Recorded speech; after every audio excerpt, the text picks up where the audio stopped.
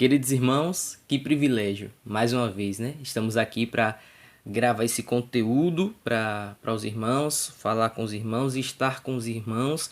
E para mim é um privilégio inenarrável poder ter esse momento de comunhão, de estudo da palavra de Deus, que é quando eu também passo a aprender mais sobre as coisas da palavra de Deus, porque quanto mais a pessoa estuda para fazer esses conteúdos, para expor esses conteúdos, Deus também vai tratando ao nosso coração aquilo que Ele quer falar através das suas sagradas escrituras. Então, esse movimento que fazemos não é simplesmente um movimento de ida, onde eu estou derramando conhecimento, onde eu estou passando conhecimento, transportando esse conhecimento, mas é um movimento de mão dupla. À medida que eu passo esse conhecimento, eu também recebo esse conhecimento da parte do Senhor. Porque à medida que nós nos aprofundamos na palavra de Deus, nós conseguimos enxergar coisas, recados do Senhor para nós que nós ficamos, meu Deus, até o momento não havia parado para pensar nessas coisas, na verdade da tua palavra, na verdade dos teus ensinamentos. E o estudo expositivo, ele é uma maravilha, ele é um presente do Senhor para as nossas vidas, porque é onde o pregador se cala para que a palavra de Deus ela possa falar. Queridos irmãos, ninguém tem interesse de ouvir o pregador. Ninguém tem interesse de ouvir as nossas próprias opiniões a respeito de algum tema no ato de um estudo bíblico. Talvez as nossas opiniões elas sejam realmente importantes em uma conversa particular ou em um momento em que ela é solicitada. Mas no momento que nós nos propomos a estudar a palavra de Deus, a mergulhar nessa palavra, a expor um texto, ou em pregação ou em estudo, a última coisa que os irmãos, que as pessoas querem é ouvir nossa opinião. Que as pessoas têm desejo, que as pessoas anseiam, a vontade do coração das pessoas é de ouvir aquilo que Deus tem para a vida delas. E aquilo que Deus tem para a vida delas está exclusivamente na palavra de Deus. É por isso que o estudo expositivo ele é tão importante. Porque você vai a fundo no texto, você entende as raízes, você entende as origens e deixa Deus falar com você. Só para finalizar essa introdução, para entrarmos propriamente na introdução do estudo, tem muitos pregadores que têm bons sermões, uma boa oratória, mas que são oratórias que são infelizmente escassas de texto bíblico, que não tem a ver com a palavra de Deus, com aquilo que tem no texto bíblico da palavra de Deus. Então é muito importante o estudo expositivo, que nós vamos a fundo no entendimento, na compreensão daquilo que Deus tem para as nossas vidas, para o nosso coração. E hoje nós vamos dar continuidade em Colossenses capítulo 2. Hoje nós vamos expor, vai ser breve, né? Vai ser mais rápido, porque exporemos apenas 2 versículos, o versículo 6 e o versículo 7. Irmãos, o apóstolo Paulo, ele escreve essa carta aos Colossenses para corrigir os irmãos e para instruí-los a não cair em uma doutrina falsa que estava penetrando aquela igreja naqueles dias. Os irmãos, embora fossem irmãos que possuíssem as virtudes cardeais de uma igreja cristã genuína, que é a fé, a esperança e o amor, e possuíam realmente firmeza no evangelho de Cristo, esses irmãos eles estavam tentados a seguir um outro ramo de uma suposta teologia que renegava várias coisas do ensino cristológico, sobre quem Cristo era, sobre o que ele fez, sobre o seu poder e a sua supremacia, e sobre o método de salvação, que aqueles irmãos estavam tentados a crer que eles poderiam ter um grau a mais de salvação, que não fosse exclusivamente pelo sacrifício de Cristo na cruz. E o apóstolo Paulo vai fazer essa carta para corrigir os irmãos daqueles erros, né, que eles estavam propensos a cometer. E isso não destoa dos nossos dias, não é mesmo? Porque ainda hoje, século XXI, há 2000 anos depois do tempo em que essa passagem foi escrita, nós ainda recebemos afrontas, nós ainda recebemos tentações de falsas doutrinas que tentam entrar na igreja, como vários tipos de sorte de vento de doutrina, teologia da prosperidade, teologia coach, teologia das curas, né? E nós somos tentados e bombardeados a todo instante ainda hoje. Mas o interessante de se pensar é que o apóstolo Paulo, ele não havia estado em Colossos e ele nunca esteve em Colossos. Colossos era uma cidade irrelevante no momento em que essa carta foi escrita, uma pequena cidade que estava à beira do rio Lico, e o apóstolo Paulo escreve e ele não teve a oportunidade de pastorear, nem sequer de visitar essa igreja, mas ele escreve essa carta instruindo aqueles irmãos. Nós, irmãos, costumamos ficar muito bravos quando nós recebemos alguma descompostura, algum tipo de correção de algum irmão de um outro lugar que diz: olha, vocês estão errados, vocês precisam voltar para o rumo, para a centralidade do Evangelho, para Cristo, para a Bíblia, para as Escrituras, porque o caminho que vocês estão tomando não é um caminho legal. E a gente para e pensa e diz: pô, quem é você? Você nem da congregação é, ou então se é um novo chegado, recém-chegado, nós dizemos: ah, chegou agora, já quer sentar na janela, já quer começar a dar lição de moral. Então, o que vale, meus irmãos, é a Escritura Sagrada. Certa vez eu conversando com um amigo meu pastor e eu dizendo: olha, eu tenho um tema para pregar, só que eu não posso pregar esse tema, porque Deus primeiro precisa trabalhar em mim para que eu mude de vida em relação a essa área, para que depois eu possa expor esse tema. E ele falou assim: de forma nenhuma, você vai expor esse tema, mesmo que você ainda não tenha se corrigido nessa área, porque a sua vida não importa. O que importa é a verdade da palavra de Deus. Em outras palavras, o que ele quis dizer é que se você é um mentiroso, se você está mentindo, você vai ter que pregar que a mentira é um pecado. E daí então você se corrige. Você não pode se calar diante dos erros simplesmente porque você pratica. É o contrário, você precisa se corrigir, pregar a palavra de Deus, e se você não se corrigiu ainda, prega a palavra de Deus e se corrija, antes que seja tarde demais. E o apóstolo Paulo aqui ele vai instruir esses irmãos, e ele vai pregar a palavra de Deus, e ele vai exortar aqueles irmãos, mesmo não estando lá.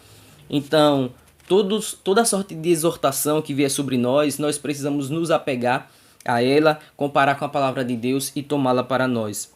Mas o texto sagrado de Colossenses diz assim: ora, como recebestes Cristo Jesus, o Senhor, assim andai nele. Versículo 7.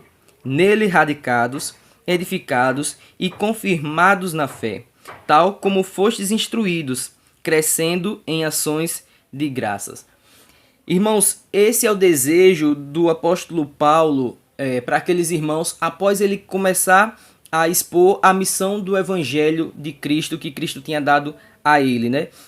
Nós encerramos esse estudo na aula passada, no versículo 5, que o apóstolo Paulo ele vai falar algumas coisas para aqueles irmãos a respeito dos tesouros de Cristo, do mistério de Deus que é Cristo, do verdadeiro evangelho, da importância de se obter esse conhecimento. E após ele falar isso, ele introduz aqui no versículo 6, dizendo assim: ora, como recebestes a Cristo Jesus. E a palavra receber aqui, ela dá uma ideia de recebimento de tradição, de você praticar tudo aquilo que já foi te ensinado durante os tempos, pelos seus antepassados, pelos seus anteriores. Então, quando o apóstolo Paulo vai dizer, da forma que vocês receberam a Cristo, ele está dizendo assim, vocês já conseguiram absorver a ideia de quem Cristo é para vocês, conforme o relato que já foi passado para vocês durante todo esse tempo de evangelho. Principalmente, Paulo falava a respeito de Epáfras, né? Que Epáfras pregava para aqueles irmãos, para aquelas pessoas, mas isso extrapolava também Epáfras, se estendia também a todo o ensinamento a respeito de Cristo. E todo esse ensinamento resultou no fato de que aqueles irmãos eles haviam recebido a Cristo em seu coração como seu Senhor. E aqueles irmãos eles já haviam obtido, assim como nós, né, o conhecimento da vinda de Cristo desde o Antigo Testamento, que eles já possuíam acesso ao Antigo Testamento. Então receber Cristo aqui é você andar conforme a tradição daquilo que já foi te ensinado.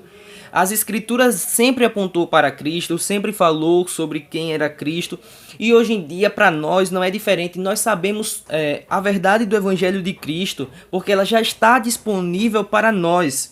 E o apóstolo Paulo está dizendo que aqueles irmãos eles receberam a Cristo Jesus. Receber Cristo Jesus é receber toda a tradição e andar nela, conforme aquilo que a tradição expõe, conforme aquilo que a tradição orienta.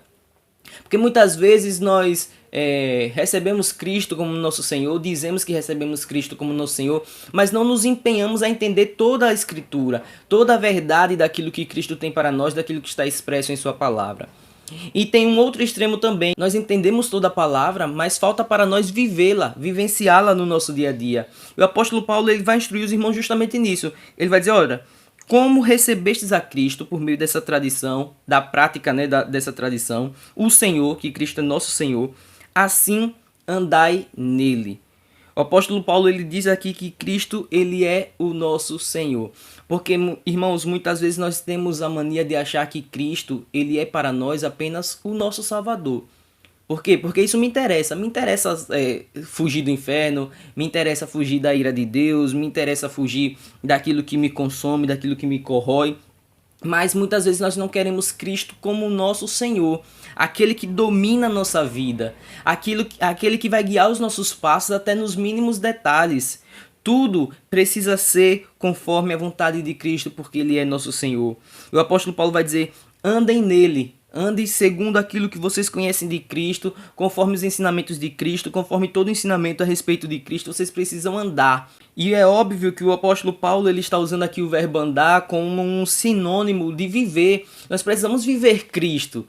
Cristo precisa estar em tudo em nossas vidas, em tudo que fazemos, em tudo que comemos, em tudo que vestimos.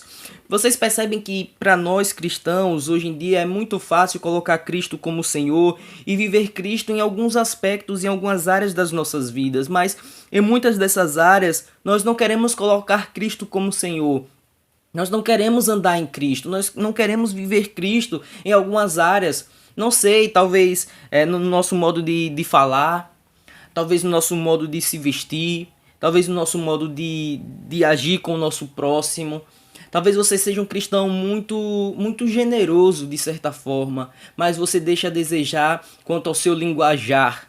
E Cristo precisa ser vivido em todas as esferas da nossa vida.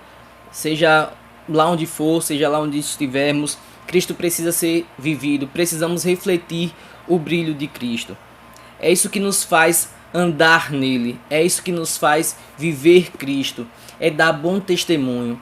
Certa vez João Batista estava pregando lá em Mateus capítulo 3, pregando sobre arrependimento, e João Batista vai dizer o seguinte: vocês querem mostrar que estão arrependidos? Então, pois, mostrem frutos dignos de arrependimento. Frutos dignos de arrependimento, irmãos, é ter uma conduta de quem de fato se arrependeu. Uma pessoa que pede perdão por ter roubado, ela deixa de roubar, ela não continua roubando. Uma pessoa que pede perdão por ter mentido, ela deixa de ser um mentiroso.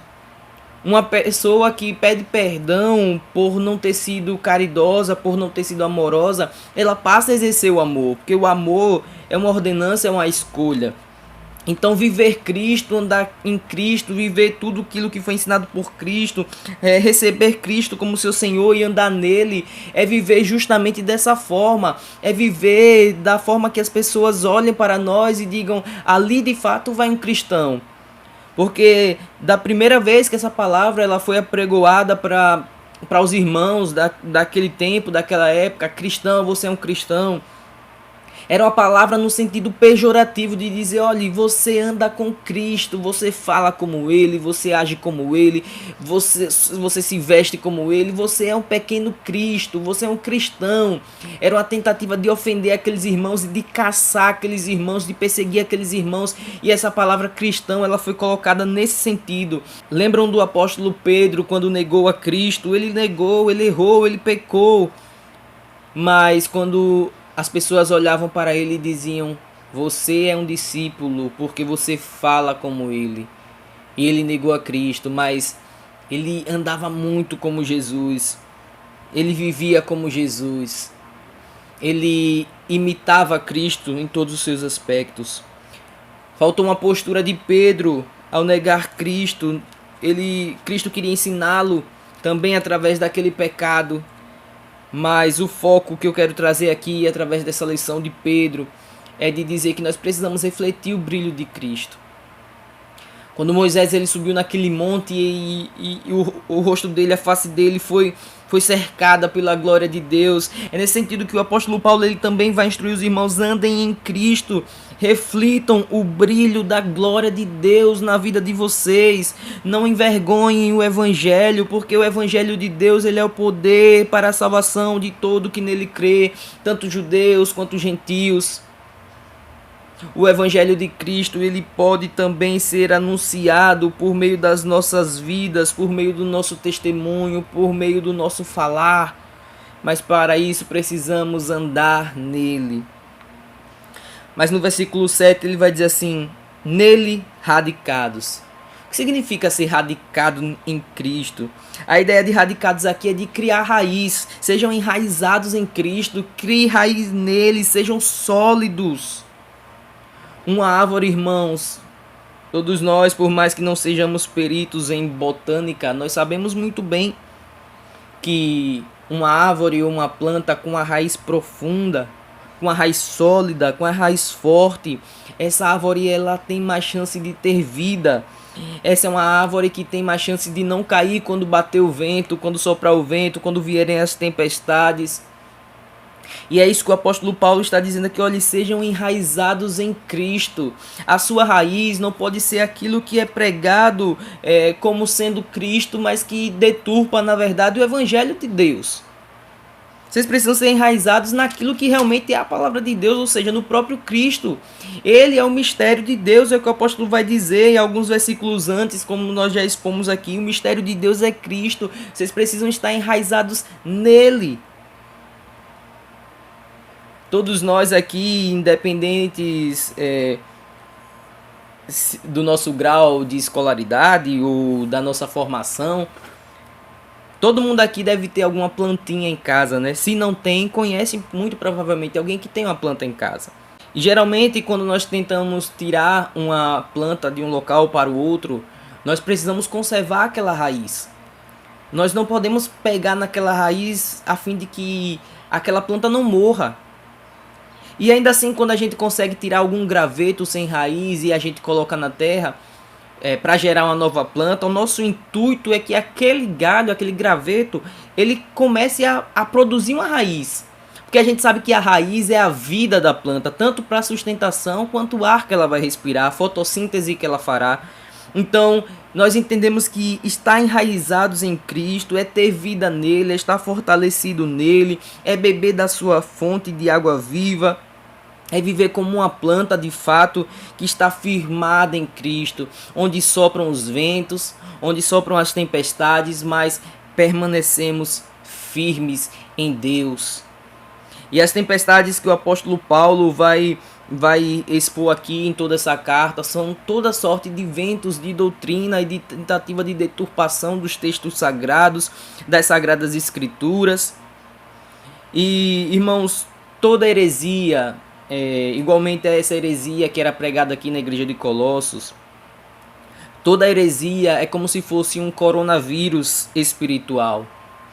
Vocês lembram do coronavírus? Ele vem, né? Que ainda não foi erradicado, mas ele vem disfarçado de uma gripe. E muita gente ignora o coronavírus, né? É só uma gripe e torce para ser só uma gripe de fato. Mas quando o coronavírus ele chega nos pulmões saudáveis de uma igreja verdadeira, ele acaba por abater aquela igreja, ele acaba por enfraquecer aquela igreja e muitas vezes até mesmo matar aquela igreja. Geralmente uma gripe ela é muito negligenciada por todos nós hoje em dia. É só uma gripe. E assim como fazemos com a gripe, às vezes desprezamos a heresia. O pastor falou isso, kkk, foi até engraçadinho. Ou então, foi só um errinho do pastor. Mas nós não temos a noção de como que isso é prejudicial para a saúde espiritual da igreja de Cristo, do corpo de Cristo.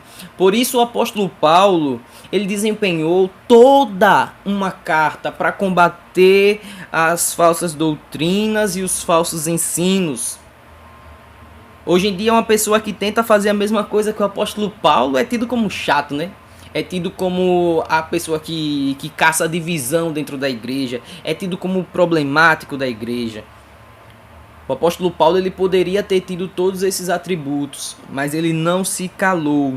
Ele entendeu que era muito importante falar para aqueles irmãos que eles precisavam estar enraizados em Cristo. Mas a segunda palavra que o apóstolo Paulo vai usar é edificados.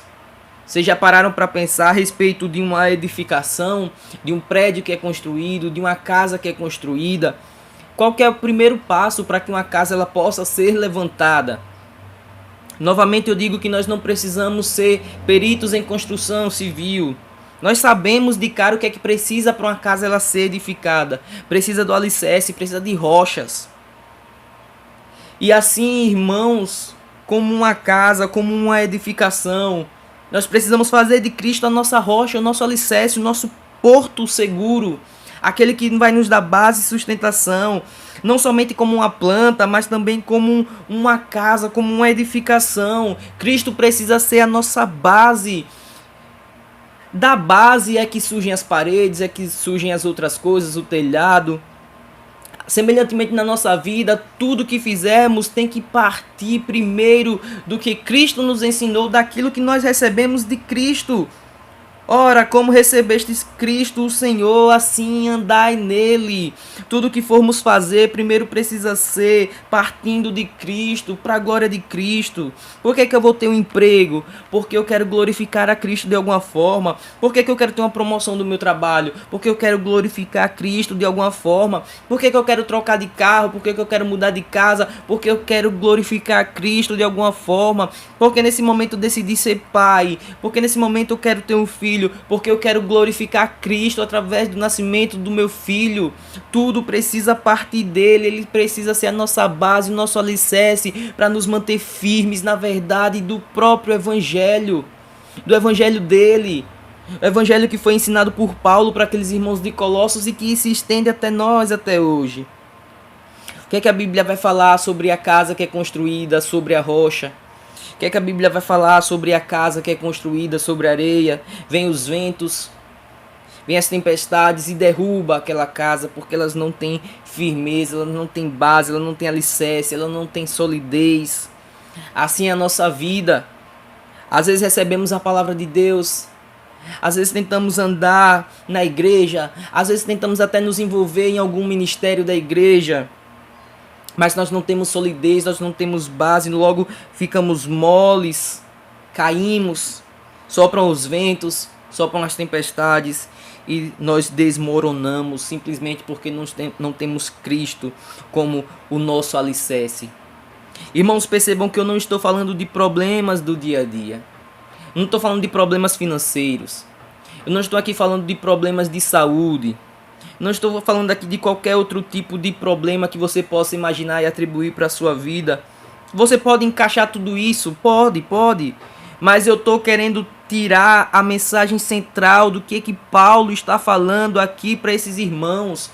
Paulo não está se concentrando nos problemas terrenos que aqueles irmãos poderiam ter, mas nos problemas espirituais. Paulo está aqui voltado para a heresia e para falsos ensinos, para aquilo que os falsos mestres ensinavam, para aquilo que aqueles falsos mestres pregavam a respeito de Cristo, que não era a sua integralidade, que não era tudo que era Cristo, pelo contrário, de forma sutil, eles tiravam a centralidade da cruz de Cristo, da salvação de Cristo, e colocavam a salvação com participação humana, com mérito também do ser humano. O ser humano era co-participante da sua salvação, porque se eles tivessem muita sabedoria, muito entendimento, eles poderiam ser salvos, mas não por meio do sacrifício de Cristo na cruz. Isso pode ser muito óbvio para você. Talvez você esteja dizendo, mas isso é muito óbvio. Eu sei que Cristo morreu e que a salvação de Cristo ela é suficiente, ela é eficaz. O sacrifício de Cristo foi cabal, foi eficaz na minha vida e não há nada mais que possa auxiliar Cristo, porque o sacrifício de Cristo na cruz é único. Eu já sei disso. Mas, irmãos, existem outros tipos de heresia que também estão presentes nas nossas vidas hoje. Ainda nos nossos templos, nas nossas igrejas, nas nossas palestras. O que não falta hoje são heresias. Tem para escolher. E como aquela heresia que assolava aquela igreja, a igreja de Colossos, irmãos, nós precisamos identificar quais são as heresias que deturpam o ensinamento da verdade do Evangelho de Cristo. E o irmão que se levanta para poder combater tais ensinamentos falsos, ele precisa ser endossado em coragem e não ser visto como um pária da sociedade. Às vezes nós protegemos o lobo, às vezes as próprias ovelhas protegem o lobo. Às vezes a ovelha que se levanta e diz, olha, esse daí é um lobo, ele vai nos devorar. E as outras ovelhas dizem, cale-se, deixe de causar tumulto. Existem várias heresias, irmãos, ainda hoje. E é por isso que nós precisamos, da mesma forma que recebemos a Cristo Jesus, o Senhor, precisamos andar nele. Precisamos ser radicados nele. Precisamos ter raízes profundas nele. Precisamos ser edificados nele. O apóstolo Paulo vai dizer também que confirmados na fé. O que seria a confirmação da fé? O que confirma a nossa fé? O que nos confirma como cristãos hoje em dia? O que é que faz as pessoas olharem para nós e dizer, está aí um verdadeiro cristão em quem não há dolo? Está aí um homem justo, está aí uma mulher justa, está aí uma mulher íntegra, está aí um homem íntegro, um cristão de verdade, um cristão autêntico, um cristão genuíno. O que é que nos faz confirmar a nossa fé em Cristo Jesus?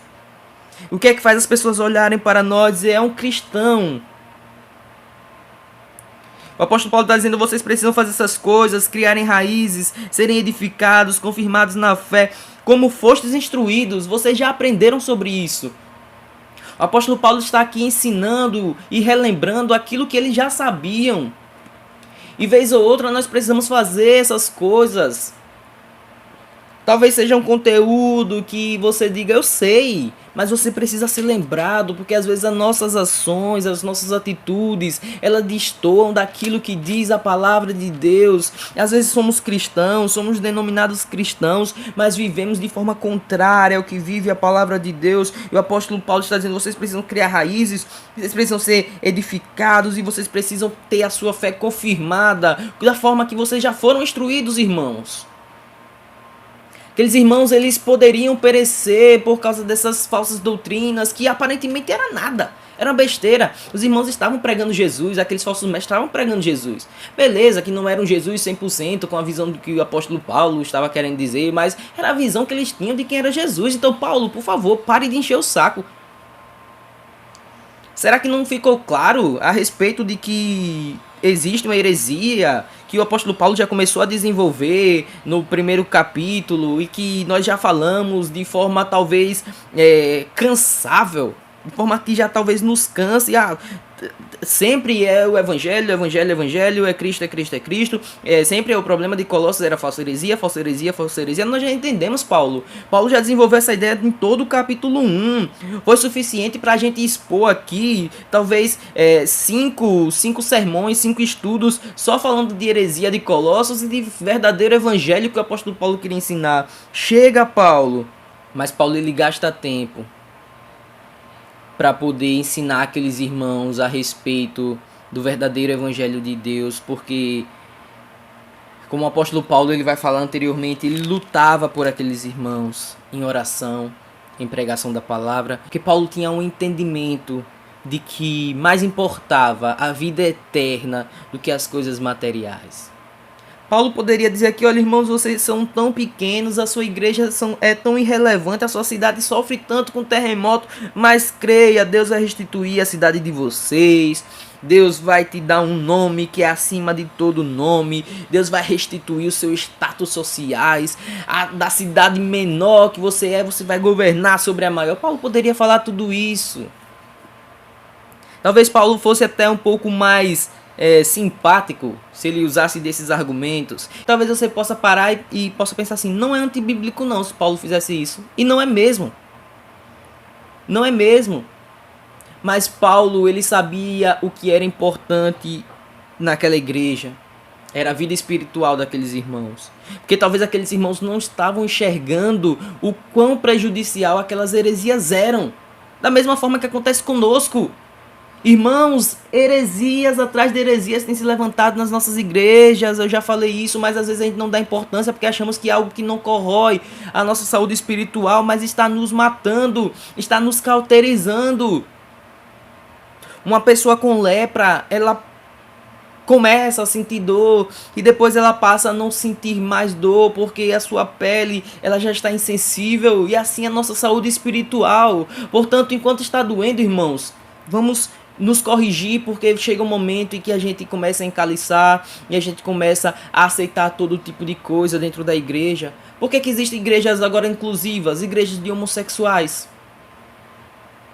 Porque quando a gente começava a falar e que isso soava estranho aos nossos ouvidos, nós começamos a achar que é uma igreja isolada, é uma outra aqui, e deixamos de combater, deixamos de fazer apologética a respeito desse tema. E hoje, quando a gente fala sobre igreja inclusiva, para nós já soa normal. E é isso que o apóstolo Paulo está querendo dizer, irmãos: sejam radicados, edificados nele, como fostes instruídos. E ele encerra dizendo: olhe, crescendo em ações de graça, dando graças a Deus em tudo, dando graças a Deus porque vocês ouviram a verdade do Evangelho de Deus, dando graças a Deus porque vocês receberam a Cristo, porque isso não é mérito de vocês, Cristo os escolheu, por isso vocês puderam escolher Cristo, porque você tem alguém que se compadece de você, que ama você, está te instruindo, por mais que isso possa parecer chato para alguns irmãos, para outros não, tem os irmãos que recebem bem, outros irmãos que recebem mal, mas deem sempre graças a Deus, louvem ao Senhor por tudo. Deus está no controle de todas as coisas. E é isso que eu quero deixar aqui para vocês hoje, irmãos, a respeito desses ensinamentos de Paulo, da verdade do Evangelho. Precisamos criar a raiz, precisamos ter Cristo como a nossa base, como o nosso alicerce, precisamos estar blindados contra todo tipo de deturpação, a fim de que confirmemos a nossa fé em Cristo Jesus, dando graças a Deus em todo o tempo. Queridos irmãos, eu agradeço essa oportunidade. Que Deus abençoe a cada um de vocês.